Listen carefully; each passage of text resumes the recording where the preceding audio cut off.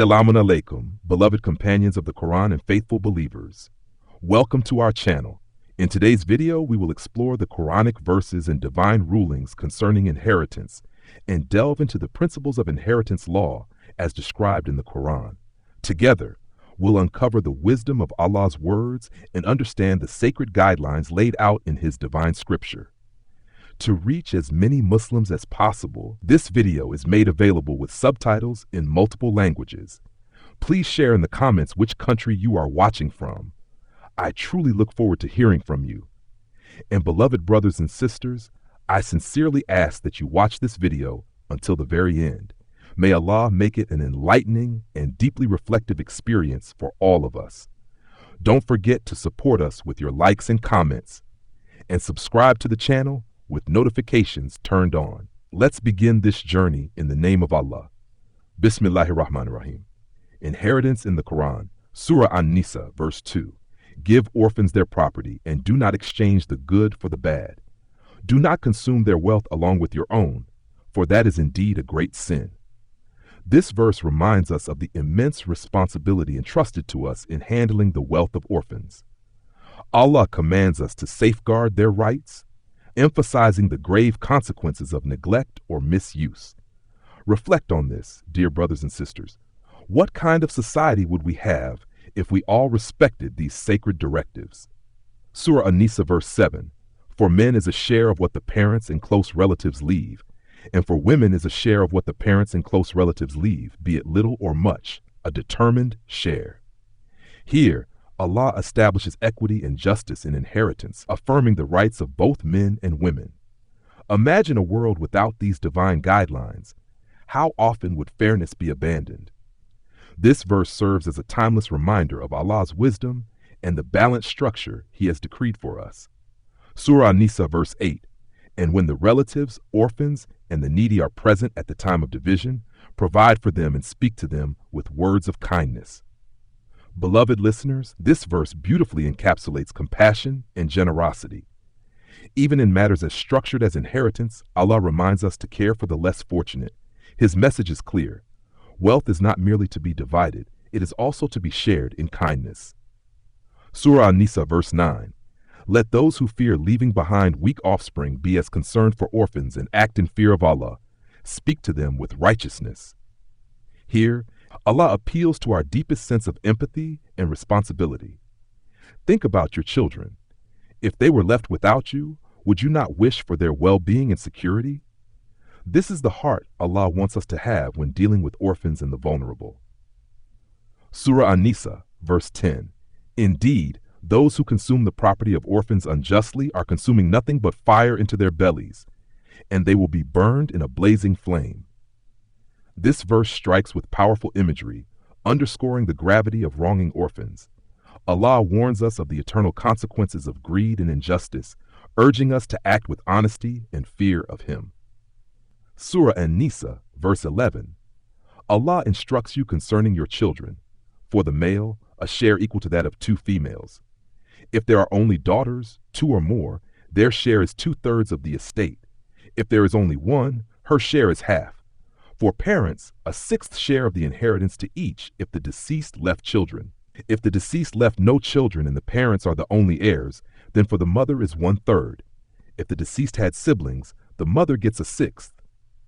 This distribution is after payment of any bequest or debts.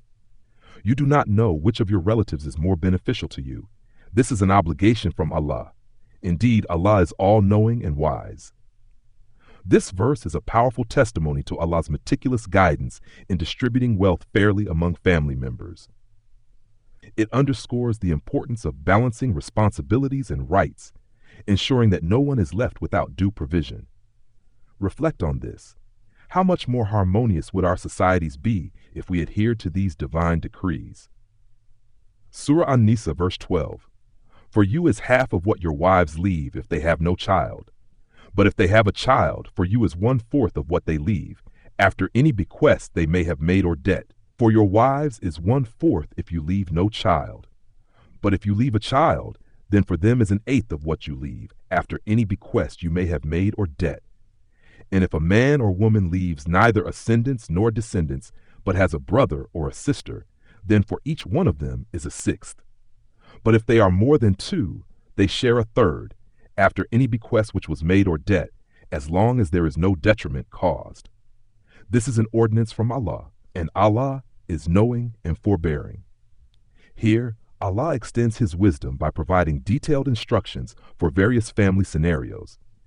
It's a beautiful reminder of His mercy and compassion in addressing the complexities of human relationships. Even in the absence of immediate heirs, Allah ensures that no relative is overlooked, establishing a framework of fairness that transcends personal biases. Brothers and sisters, the inheritance rulings in the Quran are not just legal obligations. They are an expression of Allah's boundless justice and mercy. These guidelines ensure that wealth is distributed with equity, protecting the rights of every family member and fostering compassion among us. Surah An-Nisa, verse 19. O you who have believed, it is not lawful for you to inherit women by compulsion, and do not make difficulties for them in order to take back part of what you gave them, unless they commit a clear immorality, and live with them in kindness. For if you dislike them, perhaps you dislike a thing, and Allah makes therein much good. This verse reminds us of the dignity and respect owed to women, a principle central to Islamic teachings. Allah commands us to uphold justice and kindness, even when our personal preferences or emotions might lead us astray. In every relationship, there is the potential for goodness if we trust in Allah's wisdom and act with integrity. Surah An-Nisa, verse 33. And for all, we have made heirs to what is left by parents and relatives, and to those whom your oaths have bound in partnership, give them their share. Indeed, Allah is ever a witness over all things. Here, Allah emphasizes the sanctity of oaths and the importance of fulfilling our obligations. This verse teaches us the value of accountability and ensures that even non-traditional relationships are recognized and respected in inheritance matters. Allah's justice encompasses every aspect of our lives, urging us to honor our commitments faithfully. Surah An-Nisa, verse 176. They request from you a ruling. Say, Allah gives you a ruling concerning one having neither descendants nor ascendants as heirs. If a man dies, leaving no child but only a sister, she will have half of what he left, and he inherits from her if she dies and has no child. But if there are two sisters, they will have 2/3 of what he left.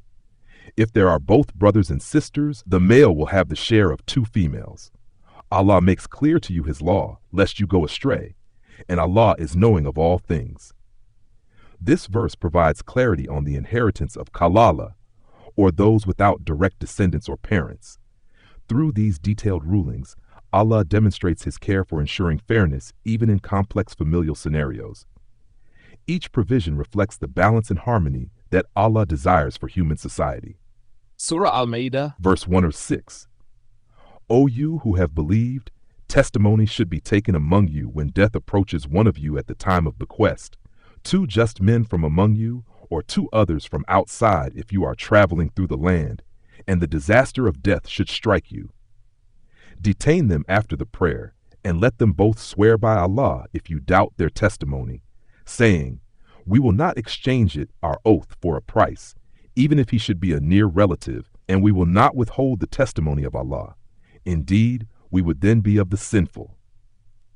This verse highlights the importance of trustworthy witnesses in matters of bequest. Even in moments of grief or hardship, Allah commands us to uphold justice and truthfulness. This verse serves as a powerful reminder of the accountability we bear before Allah, especially when others depend on our honesty. Surah Ma'idah 107. But if it is found that those 2 witnesses were guilty of perjury, then let 2 others stand in their place, those who have a lawful right, and let them swear by Allah, our testimony is truer than their testimony, and we have not transgressed. Otherwise, we would indeed be wrongdoers. This verse emphasizes the sacred nature of testimony, especially in matters of inheritance. The responsibility of witnesses is profound, for their words determine justice and fairness. If corruption is discovered, the Quran ensures that the wronged party has the right to replace false witnesses with those of integrity. It is a clear reminder that Allah watches over all actions, holding us accountable for both honesty and deceit. Surah Al-Ma'idah, verse 18. This procedure, is more likely to ensure that witnesses give testimony according to its truth or fear that their oaths might be refuted by those of others. And fear Allah and listen to Him, and Allah does not guide the defiantly disobedient people. This verse urges us to approach testimony with a deep sense of reverence for Allah and fear of misguidance. Allah's justice is perfect, and He commands us to reflect that justice in our dealings with others. By fearing Allah and adhering to His guidance, we uphold the sacred trust placed upon us in both worldly and spiritual matters. Surah Al-Anfal, verse 75, and those who have believed afterward and emigrated and fought with you, they are of you. But those of blood relationship are more entitled to inheritance in the decree of Allah. Indeed, Allah is knowing of all things. Here, Allah acknowledges the bonds of faith and family, granting precedence to blood relations in matters of inheritance.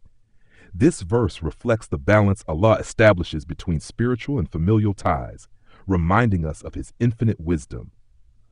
By honoring these relationships, we strengthen the social fabric of our communities in a manner pleasing to Allah. Surah Al-Fajr, verse 19, and you consume inheritance, devouring it altogether, without distinction of what is lawful or unlawful. This verse is a warning against greed and disregard for divine laws concerning inheritance. It calls upon us to pause and reflect on our actions, ensuring that we do not overstep the boundaries set by Allah. By respecting the sanctity of lawful inheritance, we align ourselves with the principles of fairness and integrity that Allah commands. Dear brothers and sisters, as we conclude today's reflections, let us remember that Allah's guidance is a mercy for all of humanity. His verses serve as reminders to lead lives of truth, justice, and humility. May we strive to uphold these values, honoring Allah's wisdom in every aspect of our lives. Let us close with a heartfelt prayer. O Allah, most forgiving and most merciful, forgive our sins, guide us to the straight path, and grant us the wisdom to act with justice and compassion in all our dealings. Wrap us in your infinite mercy and love, and make us among those who are truthful and upright in your sight. Ameen. With this, I take my leave, praying that Allah's mercy, blessings, and endless love be upon you all. Until next time, dear friends, stay safe in the care of Allah. Assalamu alaikum wa rahmatullahi wa barakatuh.